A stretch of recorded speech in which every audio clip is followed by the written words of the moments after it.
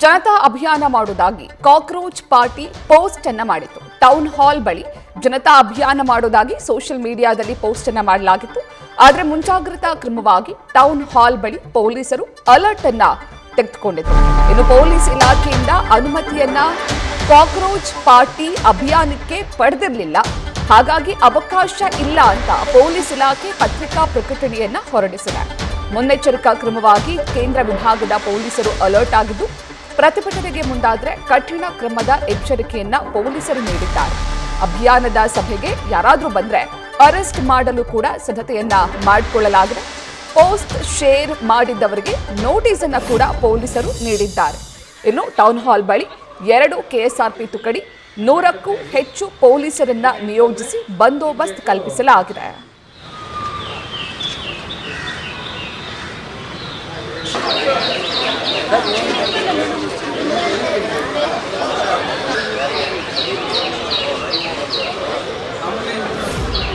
ಇವಾಗ ಹೆಚ್ಚಿನ ಮಾಹಿತಿಯನ್ನ ನೀಡ್ತಾರೆ ನಮ್ಮ ಪ್ರತಿನಿಧಿ ಶಿವಕುಮಾರ್. ಕಾಕ್ರೋಚ್ ಪಾರ್ಟಿ ಒಂದು ಅಭಿಯಾನವನ್ನ ಮಾಡೋದಕ್ಕೆ ಟೌನ್ ಹಾಲ್ ಮುಂದೆ ಅಭಿಯಾನವನ್ನ ಮಾಡ್ತೀವಿ ಅನ್ನುವಂತಹ ಪೋಸ್ಟ್ ಅನ್ನ ಮಾಡಿತ್ತು. ಆದ್ರೆ ಪೊಲೀಸರಿಂದ ಯಾವುದೇ ರೀತಿಯ ಪರ್ಮಿಷನ್ ಅನ್ನ ತೆಗೆದುಕೊಂಡಿಲ್ಲ.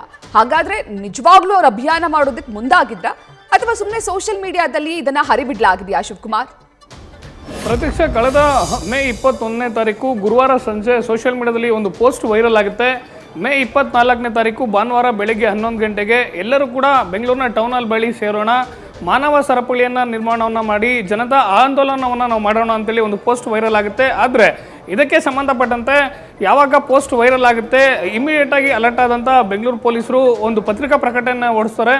22ನೇ ತಾರೀಕೆ ಪೊಲೀಸ್ ಇಲಾಖೆ ಇದರ ಬಗ್ಗೆ ಸ್ಪಷ್ಟನೆಯನ್ನು ಕೊಡುತ್ತೆ.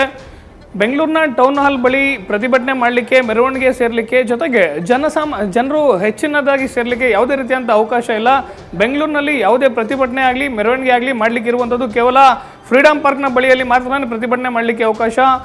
ಟೌನ್ ಹಾಲ್ ಬಳಿ ಪ್ರತಿಭಟನೆ ಮಾಡಲಿಕ್ಕೆ ಅವಕಾಶ ಇಲ್ಲ ಅನ್ನೋದು ಈ ಹಿಂದೆ ಹೈಕೋರ್ಟ್ ಆದೇಶ ಇದೆ ಅಂತೇಳಿ ಒಂದು ಕಡೆ ಪೊಲೀಸ್ ಅಧಿಕಾರಿಗಳು ಪತ್ರಿಕಾ ಪ್ರಕಟಣೆಯನ್ನು ಹೊರಡಿಸ್ತಾರೆ. ಮತ್ತೊಂದು ಕಡೆ ಸೋಷಿಯಲ್ ಮೀಡಿಯಾದಲ್ಲಿ ವೈರಲ್ ಆದಂಥ ಪೋಸ್ಟ್ ಏನಿದೆ ಅಂದರೆ ಟೌನ್ ಹಾಲ್ನ ಬಳಿ ಕಾಕ್ರೋಚ್ ಜನತಾ ಪಾರ್ಟಿಯಿಂದ ಮಾನವ ಸರಪಳಿಯನ್ನು ನಿರ್ಮಾಣವನ್ನು ಮಾಡಿಕೊಂಡು ಜನತಾ ಅಭಿಯಾನವನ್ನು ಮಾಡೋಣ ಅಂತೇಳಿ ಏನು ಪೋಸ್ಟ್ ವೈರಲ್ ಆಗಿರುತ್ತೆ, ಅದಕ್ಕೆ ಸಂಬಂಧಪಟ್ಟಂತೆ ಟೌನ್ ಹಾಲ್ನ ಬಳಿಯಲ್ಲಿ ಪ್ರತಿಭಟನೆ ಮಾಡಲಿಕ್ಕಾಗಿರ್ಬೋದು, ಮಾನವ ಸರಪಳಿ ನಿರ್ಮಾಣ ಮಾಡಲಿಕ್ಕಾಗಿರ್ಬೋದು, ಯಾರು ಕೂಡ ಬಂದು ಪೊಲೀಸ್ ಅಧಿಕಾರಿಗಳ ಬಳಿ ಒಂದು ಪರ್ಮಿಷನ್ ಅನ್ನು ಕೂಡ ಕೇಳಿರೋದಿಲ್ಲ. ಹೀಗಾಗಿ ಮುಂಜಾಗ್ರತಾ ಕ್ರಮವಾಗಿ ಇವತ್ತು ಬೆಂಗಳೂರಿನ ಕೇಂದ್ರ ವಿಭಾಗದ ಪೊಲೀಸರು 2 ಕೆಎಸ್ಆರ್ಪಿ ತುಕಡಿ ಜೊತೆಯಲ್ಲಿ ಒಂದು ಆಂಬುಲೆನ್ಸ್ ಸೇರಿದಂತೆ ಸುಮಾರು 200ಕ್ಕೂ ಹೆಚ್ಚು ಪೊಲೀಸ್ ಅಧಿಕಾರಿಗಳನ್ನು ಭದ್ರತೆಗೆ ನಿಯೋಜನೆಯನ್ನು ಮಾಡಿರುವಂಥದ್ದು.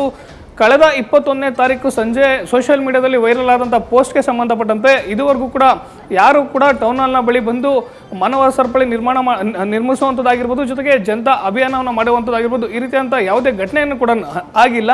ಹೀಗಾಗಿ ಮುಂಜಾಗ್ರತಾ ಕ್ರಮವಾಗಿ ಇವತ್ತು ಪೊಲೀಸ್ ಅಧಿಕಾರಿಗಳು ಭದ್ರತೆಯನ್ನು ನಿಯೋಜನೆ ಮಾಡಿಕೊಂಡಿರುವಂಥದ್ದು. ಪ್ರತೀಕ್ಷಾ, ನ್ಯೂಸ್ ಫಸ್ಟ್ ನಿರ್ಭೀತಿಯಿಂದ ನಿಮ್ಮ ಪರವಾಗಿ.